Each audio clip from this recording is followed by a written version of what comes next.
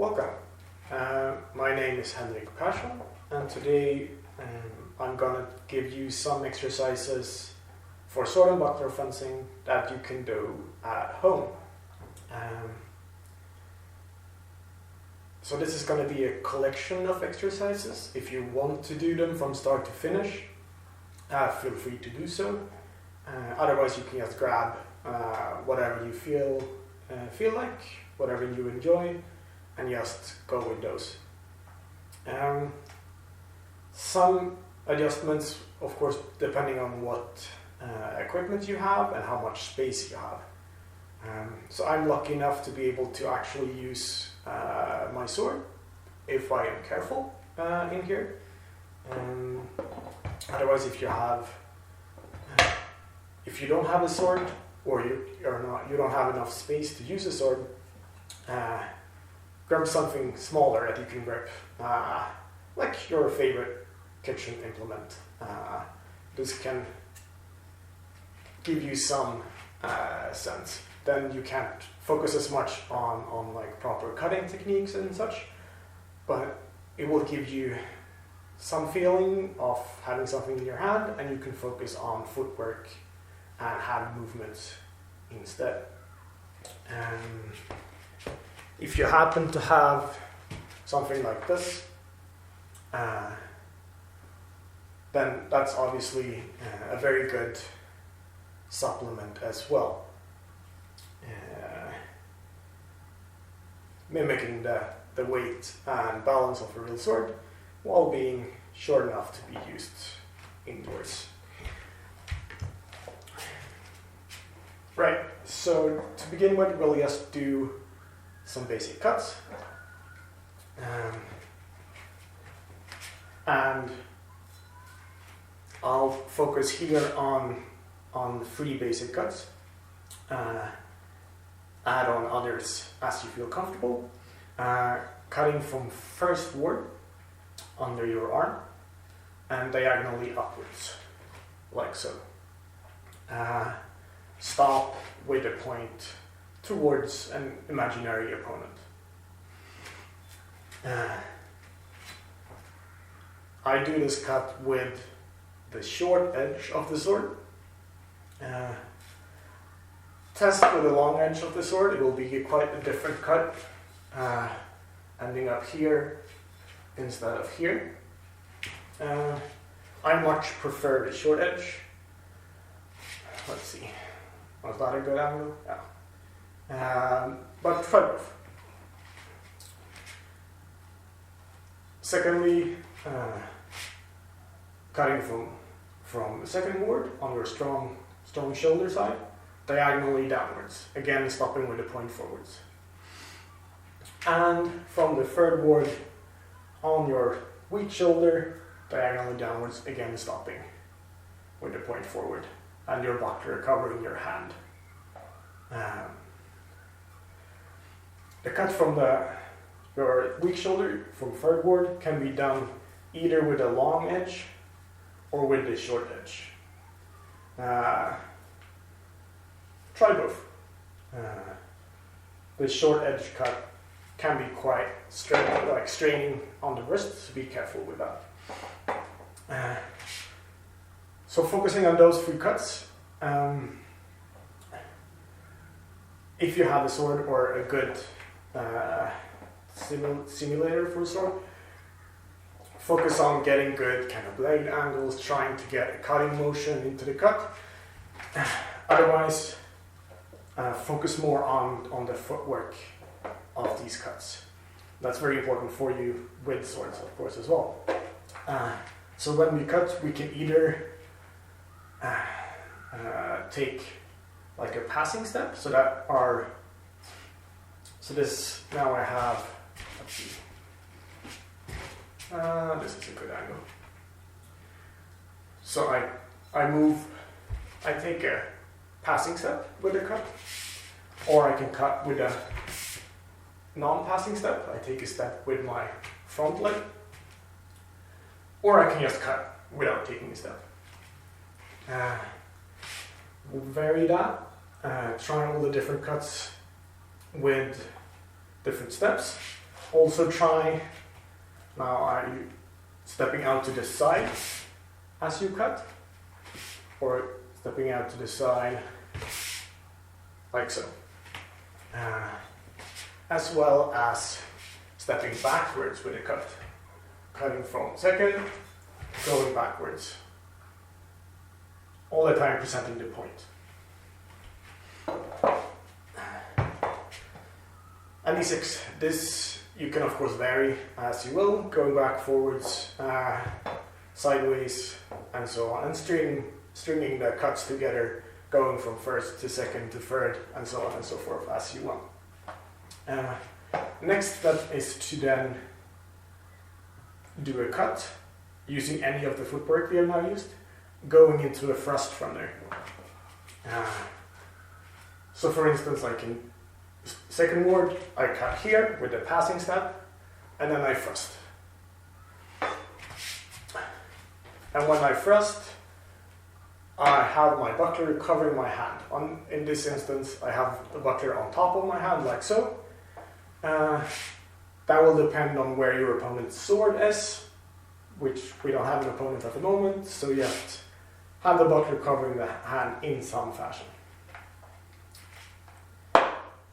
Right, and here as well, we can have any combination of footwork. So try, for instance, cutting with a step, and then thrusting with another step.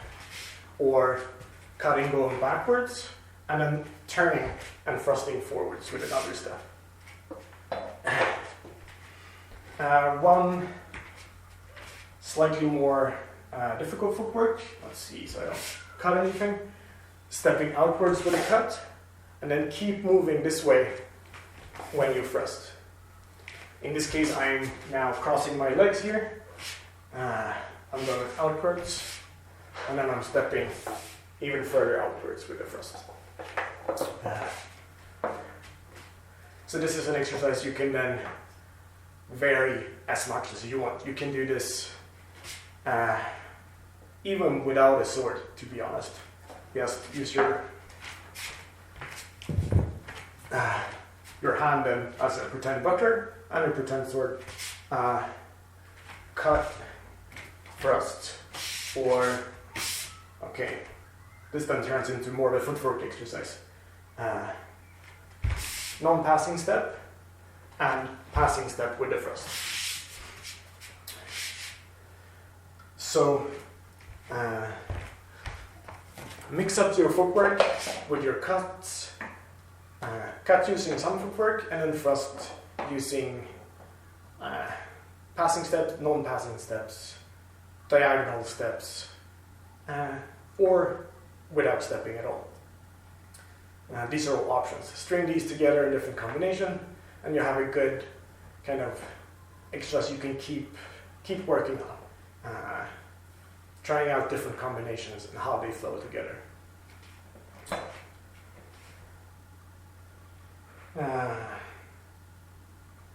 Yes, so an example, so in this case I'll start with the first cut, going into a cut here.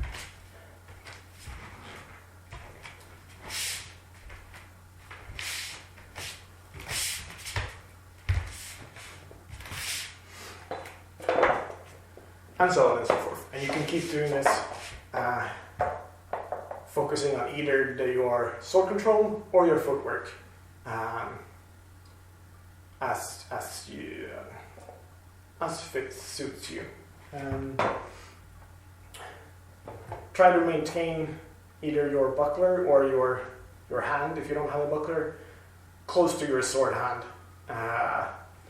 As soon as your sword is out in front of you, when your sword is back, keep the hand out somewhere where it will be in the way. Right. Another thing that you can do to practice at home is a similar exercise, but instead of going from a cut into a thrust, we can go from any neutral position. Like I like being here when I'm out of distance with my opponent,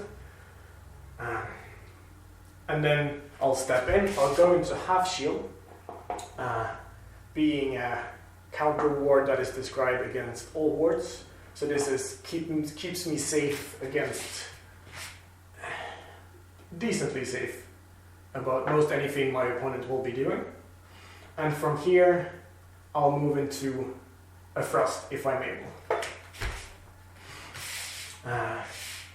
So that's also something you can practice, being in a neutral guard. If you want to be here, if you want to be here, it doesn't really matter. I want you to go into half shield with a step forward, and from there, go into a thrust. Again, how we orient the blade as we thrust depends on where our opponent's blade is.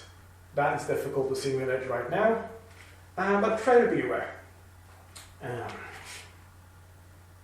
Another option to this is to go, instead of going into thrust, going into a cut. So I go forward into half shield, and from here I can do a cut with my wrists straight forward towards an opponent's head, for instance. With kind of a quick, kind of wrist cuts like that. That is also something that you can practice, going here and here. Right. Let's see.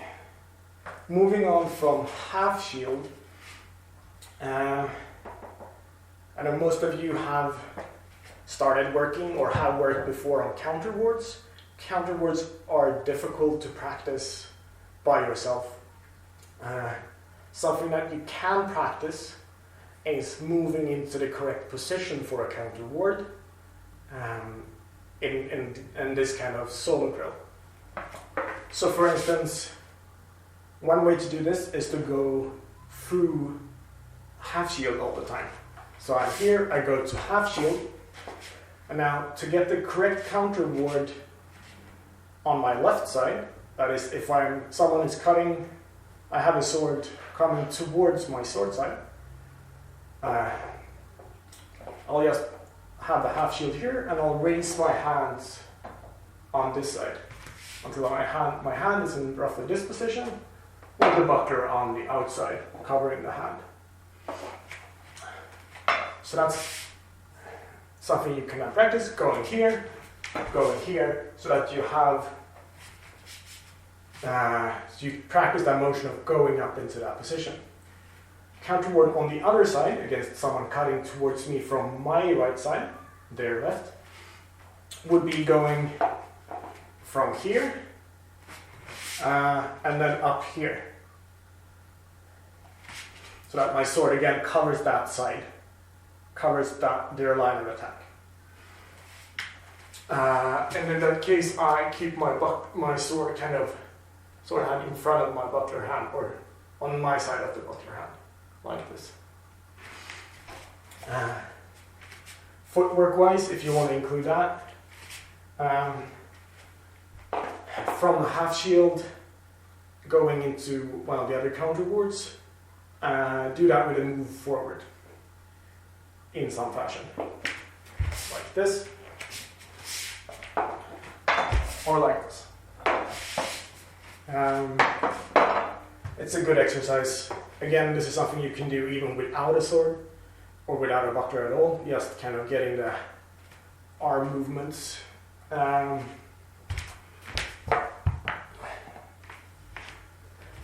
Going into here, and then I'm going up here, for instance, or here, up here with a step. And that will help you then get the patterns of movement into your body, even if you don't have a partner to train them with at the moment. If you know the follow-ups to those counterwards, you can try to work them in this drill as well. If you don't, this is not a good media for me to teach them to you, unfortunately, so I'll have to wait. Right, there we have some exercises. I would also like to just kind of give you some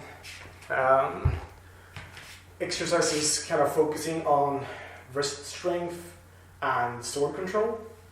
So if you have a sword or something like it, to strengthen your wrist and practice some of the movements that we use, you can kind of do kind of these cuts on the inside and the outside, just falling back with the blade, cutting forwards on both sides.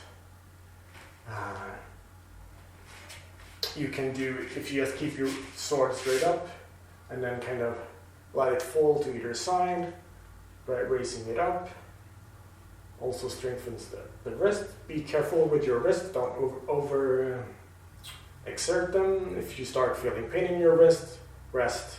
There is no point in risking injury.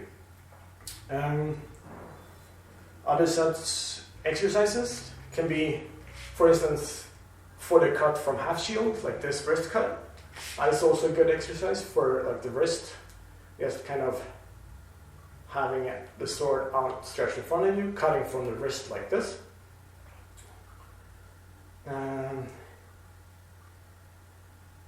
Again, be careful with your wrists. Take care of yourself.